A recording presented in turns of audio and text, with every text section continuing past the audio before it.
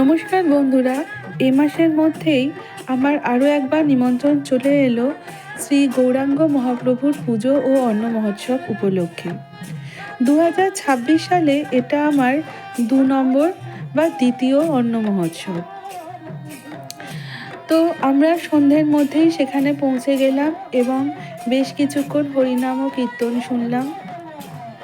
দেখো, এখানে কীর্তনীয়রা খুবই আনন্দের সাথে নেচে নেচে কীর্তন করছেন।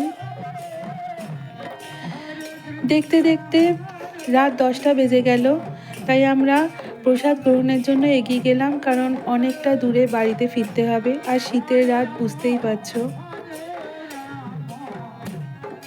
প্রসাদ গ্রহণ করতে গিয়ে দেখি সেখানে প্রায় 100 থেকে 150 জন লোক সেই ব্যাচে প্রসাদ গ্রহণের জন্য বসেছেন, এবং ঠিক 100 থেকে 150 জন লোক আবার দাঁড়িয়েও আছেন জায়গা পাননি বলে।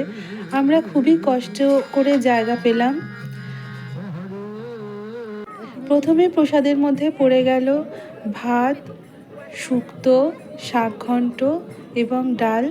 তারপর ছিল কুমড়ো ঘন্ট এবং সব শেষে ছিল চাটনি এবং পায়েস। প্রসাদের তো কোনো আলাদাভাবে রিভিউ দেওয়া যায় না, প্রসাদ ভালো কি মন্দ, কারণ প্রসাদ মানেই আমরা জানি অমৃত। হরে কৃষ্ণ বন্ধুরা, রাধে রাধে।